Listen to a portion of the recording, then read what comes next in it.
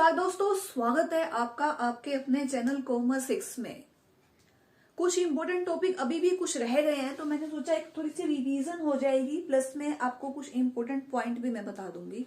देखिएगा ध्यान से, कुछ कंफ्यूजिंग वाले पॉइंट्स हैं जिसके अंदर हम लोग कंफ्यूज हो जाते हैं, तो वो देख लेते हैं। एक तो इम्पोर्टेंट है सबसे ज्यादा principle of management. Principle of management के अंदर हेनरी फ्योल ने 14 प्रिंसिपल दिए थे। वो मैं सब अगली वीडियो में अच्छे से डिटेल के अंदर जो मैनेजमेंट थ्योरीज रह रही है वो मैं कल करा दूंगी आपको, ठीक है। तो क्योंकि मैनेजमेंट वाले में से काफी क्वेश्चन आ रहे हैं, पिछले जितने भी मैंने पेपर एनालाइज किए हैं, तो वो थ्योरी मुझे लग रहा है कि थोड़ी सी ज्यादा इंपॉर्टेंट है। तो हम लोग कर लेंगे, जो प्रिंसिपल्स हैं उसको एक एक को देख लेंगे। 14 प्रिंसिपल्स हैं, ये पूछ लेता है कि इनमें से कौन सा नहीं है, तो वो देखेंगे हम लोग। 14 प्रिंसिपल दिए थे हेनरी फ्योल ने। प्रैक्टिस ऑफ मैनेजमेंट किसने दिया? तो प्रैक्टिस ऑफ मैनेजमेंट दिया था पीटर ड्रकर ने 1954 के अंदर। उन्होंने एक बुक लिखी थी, प्रैक्टिस ऑफ मैनेजमेंट। अच्छा, और मैनेजमेंट थ्योरी का अगर ये कहें कि फादर किसे बोला जाता है, जिन्होंने मैनेजमेंट ज्यादा थ्योरीज दी थी, तो पीटर ड्रकर को बोला जाता है। ये भी आप ध्यान रखिएगा। MBO मैनेजमेंट बाय ऑब्जेक्टिव के बारे में इन्होंने इस बुक के अंदर बताया था। प्रैक्टिस ऑफ मैनेजमेंट में ये आ जाए कि MBO जो मैनेजमेंट बाय ऑब्जेक्टिव है उसका कौन सी बुक में मेंशन करा, तो पीटर ड्रकर ने किया प्रैक्टिस ऑफ मैनेजमेंट के अंदर, 1954 के अंदर आई थी। फिर आगे scientific of management. Scientific of management कौन है? FW टेलर हैं, जिन्हें वैज्ञानिक मैनेजमेंट का जनक भी कहा जाता है। ये भी क्वेश्चन आपका आ सकता है, ठीक है, ध्यान रखिएगा। एक और क्वेश्चन है जो हमें कंफ्यूज करता है, 4P ऑफ मार्केटिंग किसने दी थी? और जो मार्केटिंग के जनक हैं, फादर ऑफ मार्केटिंग किसे कहा जाता है? अगर फादर ऑफ मार्केटिंग आ जाता है तो फिलिप कोटलर को बोला जाता है। Philip Kotler.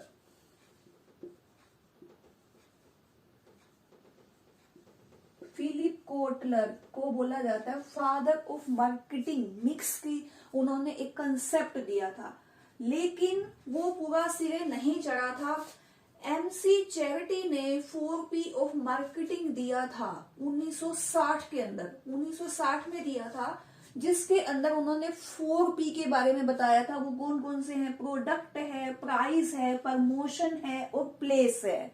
ध्यान रखना, प्रोडक्ट के अंदर क्या आएगा? पैकिंग प्रोडक्ट का ही एक पार्ट है। लेबलिंग, ये भी आपका लेबलिंग है, पैकेजिंग है, और मतलब कि प्रोडक्ट की क्वालिटी को इम्प्रूव करना। प्रोडक्ट से रिलेटेड जितने भी डिसीजन लिए जाएंगे वो प्रोडक्ट के अंदर आएंगे। फिर है प्राइस, कैसे रखा जाए, कॉस्ट के साथ कितना प्रॉफिट प्लस किया जाए, कितना डिस्काउंट दिया जाए।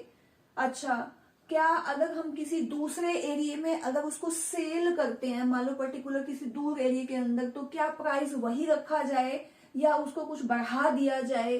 तो ये सब जितनी भी पॉलिसीज हैं वो आएगी प्राइस के अंदर।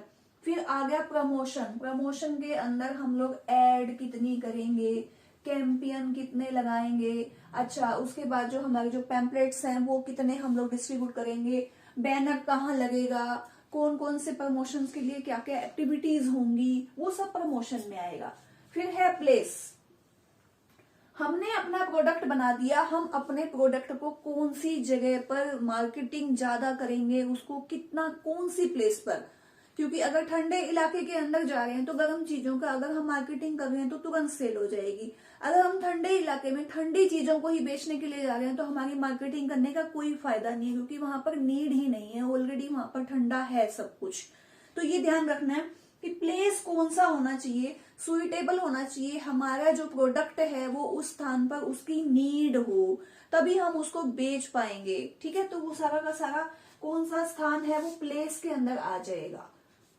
फिर आ गया फादर ऑफ मार्केटिंग, ये आ गया फिलिप कोटलर। और 7P, 3 एडिशन के भी जो पीस हैं वो आए बाद में। वो कब आए? वो आए जी 1981 के अंदर। Booms, band, Bitner, boots B and Bitner M ने दिया था 1981 में। ध्यान रखिएगा। उसके अंदर 3 क्या है? पीपल, किन लोगों के लिए हम अपना प्रोडक्ट बना रहे हैं। लोग क्या चाहते हैं, क्या वो डिस्काउंट चाहते हैं, क्या वो क्वालिटी चाहते हैं, या सिर्फ एड देखकर ही सामान को लेते हैं, उन्हें क्वालिटी से कोई मतलब नहीं है, प्राइस से कोई मतलब नहीं है, उन्हें तो बस जो टीवी में एड आ गई वो देखकर लेना है, स्टेटस देखकर ले रहे हैं। कैसे? तो कौन से लोगों के लिए हम प्रोडक्ट बना रहे हैं, वो सब किस में आ जाएगा? पीपल में आ जाएगा। फिर आ जाएगा जी प्रोसेस। प्रोसेस कैसे किया गया, मतलब कि प्रोडक्शन जब हमारी स्टार्ट हुई और मार्केटिंग तक जब तक एंड तक पहुंच नहीं पाई, उसके बीच में कौन सा प्रोसेस रहा। हमने मतलब कि जैसे कुछ कई बार क्या होता है कि कोई प्रोडक्ट हम लोग सेल करने के लिए मार्केटिंग करते हैं ना, तो कहते हैं कि ये तो हैंडमेड है।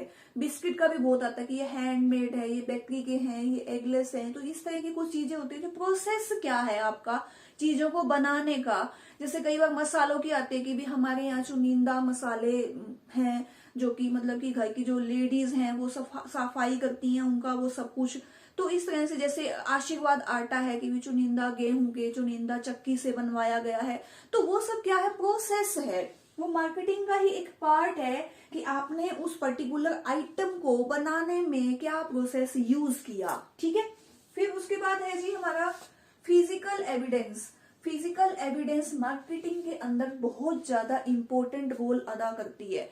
फिजिकल एविडेंस मतलब कि आप कोई भी सामान लेने के लिए जा रहे हो तो आप नेचुरल सी बात है, आप यही कहते हो कि अगर आप कोई अच्छी चीज लेने जा रहे हो तो वो पैकिंग में होनी चाहिए। अगर वो आपको मान लो बिस्कुट लेने के लिए गए, हाथ में ऐसे कहे हाँ जी आप अपना कोई लिफाफा लेके आए, उसमें डाल के दे और एक आपको अच्छी सी पैकिंग के अंदर दे और आपको देख के लगे कि हाँ ये तो बढ़िया है, गत्ते का डब्बा है, उसके अंदर प्लास्टिक का पैकेट है, फिर आपको बिस्कुट मिले, तो वो आपको कितना अच्छा लगेगा। तो पैकिंग का है। अच्छा, स्मेल का भी होता है। जैसे सोप है, हम लोग अगर मतलब सोप को हम यूज तो नहीं कर सकते, हम देखते हैं उसकी स्मेल लेते हैं। शैम्पू है या फिर मतलब कि डीओ है, परफ्यूम्स हैं, तो हम उन लोगों की उसकी जो पर्टिकुलर स्मेल देखकर उसको यूज करते हैं। हैंड वॉश है, सोप है, लिक्विड है, इस तरह की कितनी चीजें हैं जो कि हम लोग स्मेल से उसको तुरंत बाय कर लेते हैं। तो ये है फिजिकल एविडेंस। देखने में तुरंत चीज अट्रैक्टिव हो, अच्छी हो, हाथ लगाने में अच्छी हो, पकड़ने में, कैरी करने में, और साथ के साथ उसकी स्मेल भी अच्छी है, उसकी फ्रेग्रेंस अच्छी है, तो वो चीज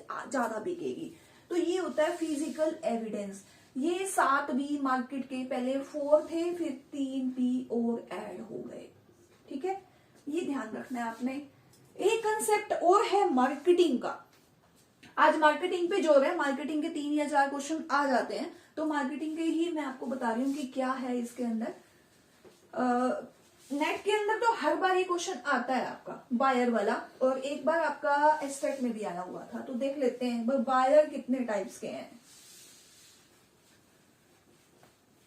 जब हम लोग मार्केटिंग को मतलब डिफाइन करते हैं, मार्केटिंग के बारे में पढ़ते हैं, तो हम मार्केटिंग के अंदर सबसे पहले अपने बायर को ही देखते हैं कि बायर कैसा है, यानी कि क्रेता कैसा है, जिसको हम सामान बेचने के लिए जा रहे हैं, वो किसकी, उसका नेचर कैसा है। तो उसके नेचर के बारे में ये बताया कि जब हम कोई भी प्रोडक्ट अगर लेके आ रहे हैं, हम उसका आविष्कार कर रहे हैं। जैसे कि मान लो कोई भी चीज नई आई है मार्केट के अंदर, कोई भी कुछ नया ऐसा जो पहले कभी यूज ना किया हो, या नया नया सा आया, तो हमें लगेगा कि ये चीज तो बड़ी अच्छी है। मान लीजिए हैंड वॉश की ही बात कर लेते हैं। हैंड वॉश पहले जनरली घरों के अंदर साबुन ही यूज होता था, सोप की अपना जो भी है सिस्टम, हाथ वगैरह धोने हैं तो सोप आपको मिलेगा और अच्छे से आप अपना हाथ धो रहे हैं। लेकिन धीरे धीरे आया कि भी तेरा साबुन स्लो है क्या, इस तरह से। फिर उसके बाद वो हैंड वॉश की आई ऐड कि भी अगर एक साबुन हम यूज कर रहे हैं, उसको टच कर रहे हैं, तो दूसरा पर्सन आ रहे हैं, तो उसके भी जो कीटाणु है वो दूसरे के हाथ में लगेंगे, इस तरह से जो जर्म्स हैं वो पास होंगे। तो हैंड वॉश बनाया। हैंड वॉश में किसी को टच करने की जरूरत नहीं है, बोतल से अपना पुश किया और वो आया और आपने फटाफट से धोया और उसके आ जाता है कि भी 100% कीटाणु मारता है, हम गारंटी दे रहे हैं, ये सब कुछ। तो हैंड वॉश है। तो हैंड वॉश मान लीजिए एक नया आविष्कार हुआ कि साबुन के बाद हैंड वॉश आ गया। तो अब कुछ जो कस्टमर हैं वो इनोवेटर होते हैं। इनोवेटर क्या होते हैं कि उनको कोई चीज से कोई मतलब नहीं है कि वो चीज हमारे लिए यूजफुल है नहीं है, बस वो कहते हैं नहीं आई है क्या मार्केट के अंदर, अच्छा अब सोप की जरूरत नहीं है। शो ऑफ करने के लिए, स्टैंडर्ड बनाने के लिए बहुत सा होता है कि इनोवेटर होते हैं कि जैसे ही कोई चीज का आविष्कार हुआ तुरंत ले आए। ये तो नहीं आई है मार्केट में, हम लेके आए हैं, रिजल्ट तो बाद में देखा जाएगा। तो वो इनोवेटर टाइप के जो होते हैं, जो मान लो अगर हम ये कहें कि 100% की मार्केट है, 100% की मार्केट है, तो 2.5%, 2.5 ये परसेंटेज पूछी जा सकती है। 2.5% कस्टमर ऐसे होते हैं जो इनोवेटर टाइप के होते हैं। जैसे ही नई एड आई तुरंत दुकान पे अगले दिन पहुंच गए, हाँ ये जो एड आ रही थी ना, ये वाला हैंड वॉश है क्या आपके पास, ये वाली टेबलेट है क्या आपके पास, ये मेडिसिन, ये सॉस, ये सोप, कुछ भी वो लगा लीजिए, कि वो तुरंत कहेंगे मुझे तो वो नया वाला चाहिए। तो वो इनोवेटर टाइप के होते हैं। फिर उसके बाद आ गया early adapter. Early adapter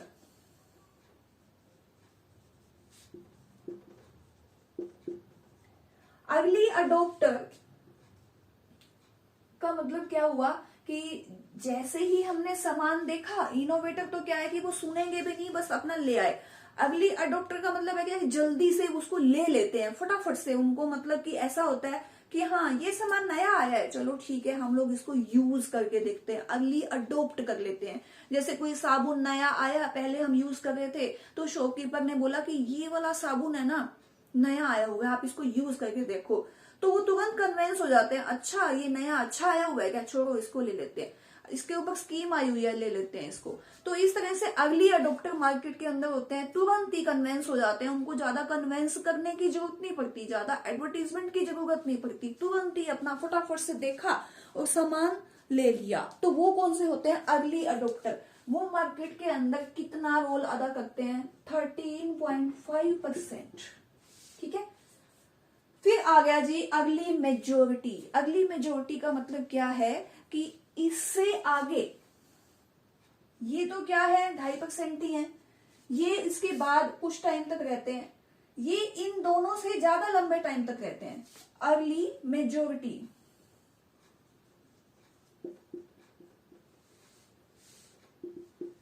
early majority का क्या मतलब हुआ, सामान ले रहे हैं, लगातार यूज कर रहे हैं उसको।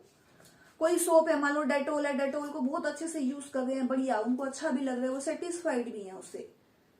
अब उसके बाद यूज करते करते में पता लगा कि हाँ जी अब है ना एक और सामान भी आ रहा है, बोले अच्छा कोई बात नहीं, अभी तो हमारे पास ये है।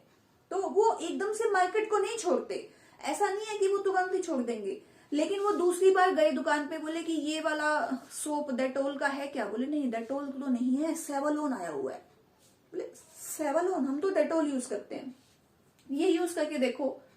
एक दो बार अगर उन्होंने अवॉइड करा, तीसरी बार वो ले लेते हैं उसको, बोले सेवलोन उससे भी अच्छा आया हुआ है, 2 रुपए रेट भी कम है, बहुत बढ़िया है, ये है वो है। नीम का साबुन है तो एलोवेरा का है, ऐसे अलग अलग क्वालिटीज आजकल मार्केट के अंदर वैरायटी वैसी बहुत ज्यादा है। तो वो धीरे धीरे धीरे अगर उस प्रोडक्ट को यूज कर रहे हैं तो उनको भी लगता है कि हाँ कुछ चेंज होना चाहिए। मान लो हैंड वॉश की बात करें तो हैंड वॉश भी कितने हैं, सेंटूर है, लाइफ बॉय है, अपना डेटोल का है, सेवलोन है, बहुत से आए हुए हैं। एक को यूज करते करते उनको लगता है हाँ अब हम थोड़ा सा इसको चेंज करना चाहते हैं। तो वो जो चेंज करने वाला होता है वो अगली मेजोरिटी है कि धीरे धीरे धीरे प्रोडक्ट की डिमांड उनकी कम हो जाती है, उनको लगता है नहीं अब हम लोग इसको यूज नहीं करेंगे, हम इसको बदलेंगे। तो वो कितने परसेंट होते हैं, वो 34% होते हैं मार्केट के अंदर। जल्दी से पीछा नहीं छोड़ते, लेकिन धीरे धीरे छोड़ देते हैं। फिर उसके बाद आ गया late majority. Late majority, late majority का क्या मतलब हुआ कि अब सामान मार्केट के अंदर आ रहा है, लोग काफी टाइम से खरीद रहे हैं और सामान की जो क्वालिटी है वो भी धीरे धीरे डिक्रीज होती जा रही है, मार्केट कम पकड़ रहा है वो। और साथ ही साथ एक और बात भी है कि कस्टमर भी अब बहुत सामान एक ही को ले लेके परेशान हो गया, वो कहता है मैं बदलाव चाहता हूँ, अब मुझे कुछ सामान और चाहिए धीरे धीरे। तो जैसे कि मार्केट के अंदर कोई नई चीज आ जाती है तो लगता है हाँ जी हमें तो यही लेना है। तो वो जो है वो भी होते तो है 34% ही, मार्केट के अंदर पूरा रोल है। सबसे पहले ये जल्दी से मार्केट छोड़ देते हैं, फिर अर्ली अडॉप्टर वाले थोड़ा दिन सामान लिया फिर छोड़ दिया, फिर ये अगली मेजोरिटी वाले काफी हद तक उनके साथ रहते हैं, लेकिन जैसे ही कोई नया सामान आया उनको ज्यादा कन्विंस नहीं करना पड़ता, वो तुरंत ही छोड़ के मार्केट में दूसरी आ जाते हैं, दूसरा प्रोडक्ट लेने लग जाते हैं। फिर है लेट मेजोरिटी, काफी टाइम तक रहते हैं लेकिन धीरे धीरे धीरे वो भी सामान को लेना बंद कर देते हैं। एक लिमिट है, उस लिमिट को क्रॉस करने के बाद वो भी सामान को लेना बंद कर देते हैं। तो क्वेश्चन ये आ जाता है कि 34% मार्केट के अंदर इनका शेयर होता है, लास्ट में कौन रह जाते हैं, लास्ट के अंदर बिल्कुल लास्ट में रह जाते हैं जी लेगर्ड्स। लेगर्ड्स जो एक जैसे अगर मैं ये कहूं कि जैसे ताज की चाय है, ताज की चाय की आपने एड भी देखी होगी, वो तबला सा बजाते हुए एक आता था पहले, अब तो खैर वो एड चेंज हो गई है, काफी टाइम तक वो एड थी। तो वो यही कहते हैं कि जैसे कि ताज पीने वालों की तो बात ही कुछ अलग है, ताज पीने वालों की तो शान ही अलग है। तो वो अभी भी वो ताज चाय ही पीते हैं कुछ लोग, उनको कोई मतलब नहीं है मार्केट के अंदर कितनी चाय आ गई, रेड लेबल आई, चाहे अपना टाटा टी आई, अग्नि, दूसरी कितनी भी आई है, उनको कोई मतलब नहीं है इन चीज से। वो कहते हैं कि हमारा तो ये ट्रेंड है, हम तो यही लेंगे, पुराना ओल्ड इज गोल्ड, उन्हें किसी चीज से कोई मतलब नहीं है। लाइफ वाइज साबुन है, जैसे काफी चेंज हुआ, सब कुछ हुआ, उसने भी अपने आप को अपग्रेड करा, स्टार्टिंग के अंदर रेड कलर का आता था, तो कई लोग अभी भी अगर हम वहां उनके मतलब घर पे जाते हैं तो देखते हैं कि लाइफ बॉय शुरू से सदियों से चलता ही आ रहा है, तो उन्होंने चेंज नहीं करा, उनका एक ट्रेडिशन है, उनका ट्रेंड है, वो उस पर्टिकुलर ब्रांड के साथ चिपके हुए हैं, उनको कोई मतलब नहीं है। कुछ से ऐसे पुराने ब्रांड है जो अब तक चलते ही आ रहे हैं और वो लोग उसको खरीद भी रहे हैं, वो होते हैं लेगर्ड्स, जो मार्केट के अंदर सामान जो आ रहा है ना उसको छोड़ते नहीं है, उसको चिपके रखते हैं उसके साथ, उनको मतलब कि उससे कोई मतलब नहीं है मार्केट के अंदर क्या नया आ रहा है, उनको तो बस वही चाहिए। जैसे मैगी की बात करें, मैगी को भी आज आए हुए 25, 30, 35 साल हो गए हैं। जो मैगी खाता है वो, जैसे कि अभी टॉप रेमन के नूडल्स भी हैं तो खैर उससे भी पुराने, और अपना ये फन टॉप्स आए, बहुत सारे फूडल्स आए, लेकिन उसकी मार्केट इतनी ज्यादा नहीं चली। मैगी खाने वाले अभी भी मैगी पे ही जाएंगे, पतंजलि के भी आए, बहुत सारे आए, लेकिन कुछ लोग हैं वो मैगी खाते हैं तो मैगी ही, बीच में इतनी कंप्लेंट्स आई, सब कुछ हुआ, सॉर्ट आउट हुआ, लेकिन अभी भी वो मैगी के साथ ही है। तो इस तरह के जो कस्टमर होते हैं उनको बोलते हैं लेगर्ड्स, जो मार्केट को बना के रखते हैं। 16% इनका हिस्सा होता है। एक बार देख लेते हैं। इनोवेटर, जैसे ही मार्केट के अंदर आया तुरंत ले लिया सामान। अर्ली अडॉप्टर, तुरंत उसके बाद एड देखी, मार्केट के अंदर पहचान बनी, सामान ले लिया। अर्ली मेजोरिटी, उससे लंबे समय तक रहते हैं, लेकिन जैसे ही कोई नया प्रोडक्ट आता है तुरंत कन्वेंस हो जाते हैं। लेट मेजोरिटी, जल्दी से कन्वेंस नहीं होते, लेकिन जब देखते हैं कि सभी लोग वही सामान ले रहे हैं तो हम क्यों ना लें। अगर मार्केट में कोई स्टॉक खत्म हो गया वो ले लेते हैं और उसको दोबारा से पुराने वाले प्रोडक्ट के साथ नहीं जाएंगे, वो नए के साथ ही रहते हैं। लेगर्स क्या होते हैं कि वो हमेशा ही उसी सामान को पकड़े रखेंगे कि हमें तो यही चाहिए, चाहे 10 दुकानें ढूंढनी पड़े तो भी। कई बार ऐसा भी होता है, हम कुछ सामान लेने के लिए गए, हमारा मतलब पर्टिकुलर एक टेस्ट है, तो हमने उस दुकान पे गए जिससे हम सामान ले रहे हैं, तो वो नहीं मिला, हम आगे जाएंगे 3 जगह 4 जगह, पता लगा एक जगह मिलता है, तो हम उस जगह पे भी जाते हैं। जैसे बिस्कुट है, पार्ले जी है, पार्ले जी वाले पार्ले जी ही खाते हैं अब तक भी। तो इस तरह के कुछ बिस्किट हैं, कुछ खाने पीने की आइटम्स हैं, तो वो मतलब कि उनको वो ब्रांड पसंद है, उसी के साथ ही लगे रहते हैं और उसी को ही खरीदते हैं, तो वो क्या है, लेगर्ड्स हैं। ठीक है, ये पॉइंट्स है, इंपॉर्टेंट टॉपिक है आपका। एक और मैं पॉइंट आपको बताऊंगी, मार्केट का ही है। एक मेरे पास कमेंट भी आया था इसके लिए कि मैडम इसके बारे में आप थोड़ा सा बताइए, तो मैं कहा चलो मार्केटिंग का ही टॉपिक चल रहा है तो इसको भी साथ के साथ ही करवा देते हैं।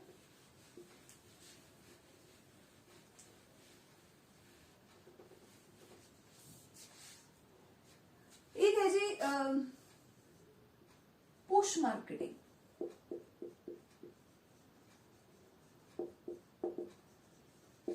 और एक है पुल मार्केटिंग।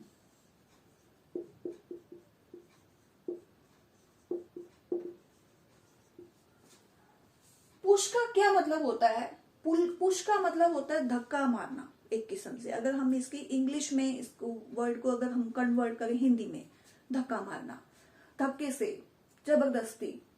और पुल का मतलब क्या होता है, खींचना, अपनी तरफ खींचना।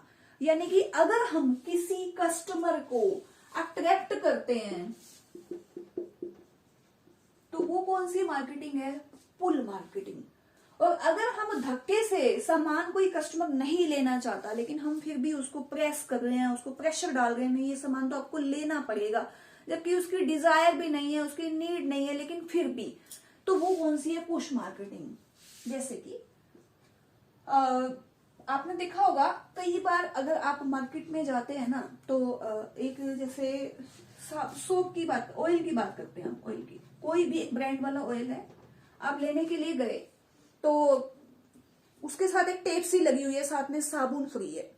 साबुन आपको पसंद नहीं है वो वाला, आपको लगता है नहीं मुझे तो ये साबुन पसंद नहीं है, लेकिन वो साबुन की कॉस्ट मान लो 20 रुपए है, तो ऑयल की 10 रुपए कीमत बढ़ाकर उस 20 रुपए वाले सोप को आपको साथ में दिया जा रहा है, तो आप क्या सोचेंगे? आप सोचेंगे हाँ चलो कोई बात नहीं, 10 रुपए में 20 रुपए वाला साबुन मिल ही रहा है, साथ में ले ही लेते हैं।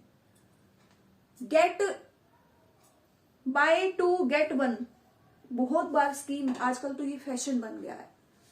आइटम खरीदो, शर्ट खरीदो, जॉकेट्स खरीदो, ब्रांडेड जितने भी आइटम्स हैं, आपको 2 की ही नीड है, तीसरा सामान आपको नहीं चाहिए, लेकिन आप स्कीम को देख के धक्के से उसको खरीद लेते हैं। वो कौन सी मार्केटिंग है? पुश मार्केटिंग है। पुश मार्केट, आपको प्रेशर मिल रहा है, प्रेशर दिया जा रहा है कि अगर आप ये 2 की जगह, अगर आप 1 की जगह 2 खरीदोगे ना, तीसरा आपको ऑटोमेटिक फ्री मिल जाएगा। आपको लगेगा ये तो बढ़िया है, हालांकि आपकी नीड नहीं है, लेकिन फिर भी वो आपकी नीड बन गई। आप मार्केट में गए, इस तरह की बहुत सी आइटम बहुत मिलेगी। शॉपिंग मॉल के अंदर तो बहुत सी टेप लगी हुई चीजें होती हैं, बिस्कुट के साथ भुजिया, भुजिया के साथ बिस्कुट, 2 के साथ एक छोटा सा पैकेट, और हम वो छोटे से पैकेट को देखने के लिए हमें वो बड़ा अच्छा लगता है, फ्री वाला। नीड नहीं है फिर भी ले आते हैं, कम नीड है तो भी ले आते हैं। तो उस तरह की मार्केट को हम लोग क्या बोलते हैं? Push market. जबरदस्ती अगर कस्टमर को मतलब पुश किया जाए कि ये सामान आप लो, ये आपके लिए अच्छा है, तो वो क्या है? Push marketing. पुल मार्केटिंग के अंदर क्या है? आपको ऑफर दिए जाते हैं अच्छे अच्छे, मतलब कि जैसे कि ये तो क्या है? डायरेक्ट है, ये इनडायरेक्ट ही है। SEO, सर्च इंजन ऑप्टिमाइजेशन बोलते हैं जिसको। इसके अंदर ये सर्च किया जाता है कि आप मतलब कि कस्टमर आप क्या चाहता है, उसको अट्रैक्ट कैसे किया जाए, किस तरह से वो सामान को परचेज करे, ऑप्टिमाइज किया जाता है। मतलब ज्यादा से ज्यादा उस चीज को मतलब लुभावने ऑफर दिए जाते हैं, और कस्टमर खुद आता है खरीदने के लिए, अट्रैक्ट होता है, वो पुल होता है, वो खुद आएगा सामान परचेज करने के लिए। हाँ भी मुझे ये सामान चाहिए, मार्केट के अंदर बहुत अच्छा लगा हुआ है, कोई एड ऐसी लगी हुई है, आपको देखते ही लगेगा कि ये सामान तो मुझे खरीदना चाहिए। आपकी डिमांड नहीं है, लेकिन वो डिमांड आपकी क्रिएट हो गई। आपको लगता है नहीं ये चीज की तो जरूरत है, मुझे सच में जरूरत है। जैसे मैंने साबुन और हैंड वॉश वाला बताया था कि भी साबुन से हम लोग हाथ धो रहे हैं, हम लोग सेटिस्फाइड हैं, लेकिन किसी ने कहा कि भाई जैसे हैंड वॉश से कितनी मतलब कि स्मूथनेस आ रही है, झाग ज्यादा बन रही है, सब कुछ है, ये ज्यादा अच्छा है। हम लोग अट्रैक्ट हो गए उसी टाइम, हमने वो तुरंत साबुन हटाया और हैंड वॉश ले लिया। इस तरह की बहुत सी आइटम्स हैं जिसके लिए हम लोग अट्रैक्ट हो जाते हैं। तो इसको क्या बोलते हैं? Search engine optimisation. ये भी आता है कि इस तरह की कुछ मतलब कि इंस्ट्रूमेंट्स यूज किए जाते हैं। इंस्ट्रूमेंट तो मैं नहीं कहूंगी, एक मतलब कि एक स्टाइल है, वो यूज किया जाता है कस्टमर को अट्रैक्ट करने के लिए। तो पुल है, अट्रैक्ट करेंगे कस्टमर, अपने आप आएगा। सर्च इंजन मतलब कि सर्च इंजन ऑप्टिमाइजेशन बोला जाता है इसको। और पुश के अंदर धक्के से आइटम खरीदनी पड़ेगी आपको, पूरी जबरदस्ती कर रखी है, उस तरह की बात जो मार्केटिंग होती है वो पुश मार्केटिंग होती है। ठीक है, बात समझ में आई आपको? उम्मीद करती हूँ कि आपको काफी हद तक जो कंसेप्ट में जो डाउटफुल था वो आपको क्लियर हुआ होगा, मेरी वीडियो से आपको हेल्प मिली होगी।